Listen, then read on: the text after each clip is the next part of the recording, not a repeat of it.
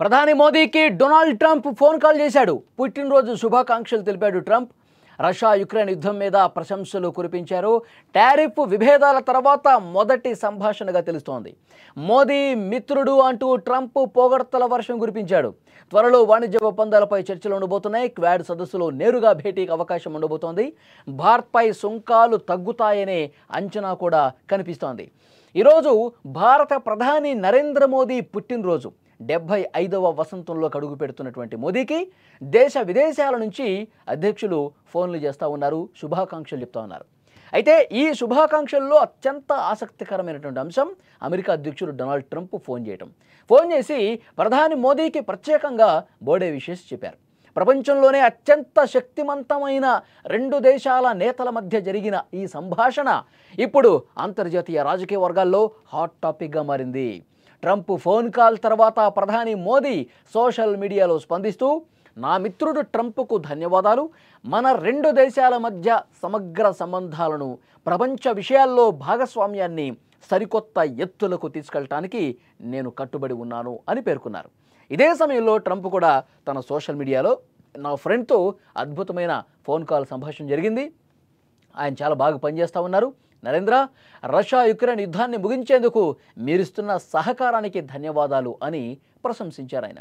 ఈ పరిణామం రెండు దేశాల మధ్య ఉన్న బలమైన వ్యూహాత్మక భాగస్వామ్యాన్ని సూచిస్తుందని చెప్పొచ్చు. గతంలో ట్రంప్ హయాంలో ఇరు దేశాల మధ్య కొన్ని వాణిజ్యపరమైన విభేదాలు తలెత్తాయి. ట్రంప్ భారత్ మీద 50% సుంకాలు విధించిన పరిస్థితి కూడా తెలుసు. అప్పటి నుంచే రెండు దేశాల మధ్య కొంత ఇబ్బందికర వాతావరణం కనిపించింది, దెబ్బతిన్నాయి సంబంధాలు ఒక రకంగా చెప్పాలంటే. అయినా భారత్ ఎప్పుడూ కూడా అమెరికా ఒత్తిళ్లకు తలగ్గలేదు. దీనికి తోడు రష్యా నుంచి తక్కువ ధరకే చమురు దిగుమతి చేసుకొని లాభాలు పొందడంపై ట్రంప్ అసంతృప్తి వ్యక్తం చేశాడు. భారత ప్రభుత్వం తన విధానాలకు కట్టుబడి ముందుకు సాగింది.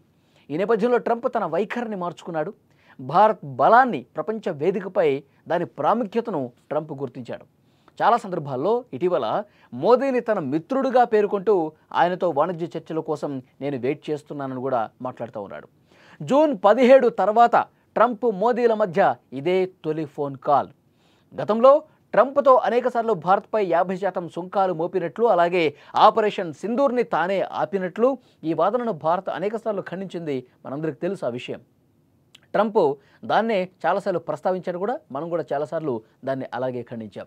ఇప్పుడు ప్రపంచంలో నెలకొన్న పరిస్థితులు కావచ్చు, రష్యా యుక్రెయిన్ యుద్ధంలో శాంతి స్థాపనకు భారత్ పోషిస్తున్న పాత్రను కావచ్చు, ట్రంప్ ఈ విషయాన్ని ప్రస్తావిస్తూ కొనియాడిన పరిస్థితుంది. ఈ ఫోన్ కాల్ తర్వాత ట్రంప్ మోదీలు త్వరలోనే నేరుగా కలిసే అవకాశం ఉంది అని చెప్పి రాజకీయ విశ్లేషకులు మాట్లాడుతున్నారు. ఎందుకంటే క్వాడ్ సదస్సు ఈ సంవత్సరం చివరన జరగబోతోంది. ఆ సదస్సుకు నేరుగా డొనాల్డ్ ట్రంపే హాజరు కాబోతున్నట్టుగా తెలుస్తోంది. ఈ సమావేశం గనక జరిగితే ఇరు దేశాల మధ్య ఉన్న వాణిజ్య సంబంధాలు మరింత మెరుగుపడే ఛాన్స్ ఉంది.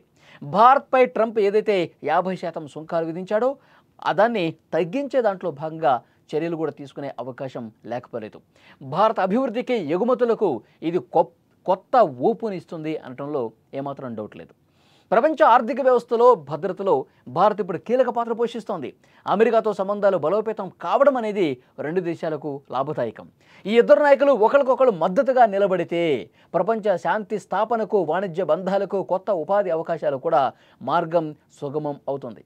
ప్రపంచవ్యాప్తంగా ఉన్న భారతదేశ ప్రాముఖ్యతను ఈ ఫోన్ కాల్ మరోసారి ప్రపంచానికి చాటి చెప్పింది. ఇది కేవలం ఫోన్ కాల్ మాత్రమే కాదు, రెండు దేశాల మధ్య బలమైన భవిష్యత్ బంధానికి కూడా ఒక సంకేతంగా మేధావులు చెప్తున్న పరిస్థితి, రాజకీయ విశ్లేషకులు కూడా చెబుతున్నటువంటి పరిస్థితి ఉంది. ఎందుకంటే భారత్ ప్రాధాన్యత ట్రంప్కు తెలిసి వచ్చింది. భారత్ ప్రపంచంలో ఎలాంటి ముఖ్యమైనటువంటి పాత్ర పోషిస్తుంది, భారతదేశాన్ని మనం వదులుకుంటే, భారత్ని మనం కోల్పోతే అది అమెరికాకే నష్టం అని చెప్పి డొనాల్డ్ ట్రంప్కి అమెరికాలో ఉన్నటువంటి రాజకీయ విశ్లేషకులు, అమెరికాలో ఉన్నటువంటి ఆర్థిక మేధావులు వీళ్ళందరూ కూడా చాలా స్పష్టంగా ఒక హెచ్చరికను పంపించారు. మీరు మోదీతో కయ్యానికి దూకుతున్నారు, మీరు భారత్తో సంబంధాలని పూర్తిగా డల్ అయిపోతున్నాయి మీ వల్ల. ఇది భారత్కు నష్టం కాదు, అమెరికా కూడా తీరని నష్టం. కొన్ని దశాబ్దాల పాటు భారత్తో ఉన్నటువంటి ఒక వ్యూహాత్మక బంధాన్ని, బలోపేతమైనటువంటి ఈ సంబంధాల్ని గత అధ్యక్షులు చాలా అద్భుతంగా ఈ దేశంతో ఫ్రెండ్షిప్ చేసి మంచి సంబంధాలను నిలిపితే మీరు దాన్ని కేవలం ఒక్కటంటే ఒక్క రోజులో మీరు ధ్వంసం చేసేస్తున్న పరిస్థితుంది. ఇది అమెరికాకి తీవ్ర నష్టం కలుగజేసే పరిస్థితి ఉందని కూడా హెచ్చరించిన సిచ్యువేషన్ ఉంది. అమెరికాలో ఉన్నటువంటి ప్రముఖ వాణిజ్యవేత్తలు కూడా ఆయన సీఈఓలతో మీటింగ్ పెట్టినప్పుడు ఇదే విషయాన్ని చెప్పారు. 140 కోట్ల మంది ప్రజలు ఉన్నటువంటి భారతదేశంతో మనకు కూడా అక్కడ వ్యాపార సంబంధాలు ఉన్నాయి. అక్కడి నుంచి ఇక్కడికి వచ్చినటువంటి మేధావులు మన దేశం కోసం పనిచేస్తూ ఉన్నారు. కాబట్టి మనం భారత్తో శత్రుత్వం పెంచుకుంటే అది భారత్ కంటే కూడా అమెరికాకి తీరని నష్టం. అదొక్కసారి మీరు గుర్తుపెట్టుకోండి, ఒక్కసారి మీరు పునరాలోచించండి అని చెప్పి ఆ రోజు చాలామంది మేధావులు డొనాల్డ్ ట్రంప్కి హెచ్చరించిన పరిస్థితుంది. సో డెఫినెట్గా అందుకే ఆయన యూటర్న్ తీసుకున్నారు. ఎప్పుడైతే చైనాలో తియాంజింగ్లో 3 దేశాల అధినేతలు అక్కడ మాట్లాడుకున్నారో, చైనా, రష్యా, భారత్కి సంబంధించి, అది చూసిన తర్వాత ఒక వెన్నులో వణుకు మొదలైంది డొనాల్డ్ ట్రంప్కి. త్రిశక్తి కూటమి, ఈ 3 దేశాల అద్భుతమైనటువంటి శక్తివంతమైనటువంటి కూటమి ఏర్పడితే అగ్రరాజ్యం హోదా కోల్పోయే పరిస్థితి ఉంటుంది భవిష్యత్తులో. దీన్ని గ్రహించాడు కాబట్టి మళ్ళీ తాను యూటర్న్ తీసుకుని భారత్తో సంబంధాలు నడిపే దాంట్లో భాగంగా ఆయన పోస్టులు పెడతా ఉన్నాడు. తన సోషల్ మీడియా ప్లాట్ఫామ్ ట్రూత్ సోషల్లో వరుసగా ఈ విధమైనటువంటి సానుకూల పోస్టులు పెట్టడానికి రీజన్ అదే. మళ్ళీ బంధాలను ఏ విధంగా బలోపేతం చేసుకోవాలి కాబట్టి క్వాడ్ సదస్సు జరగబోతుంది, భారత్లో జరగబోతుంది. ఆ క్వాడ్ సదస్సుకు హాజరై మోదీతో, భారత్తో తన సంబంధాలు మళ్ళీ పదిలం చేసుకోవాలని చెప్పి మాట్లాడుకుంటున్న పరిస్థితుంది.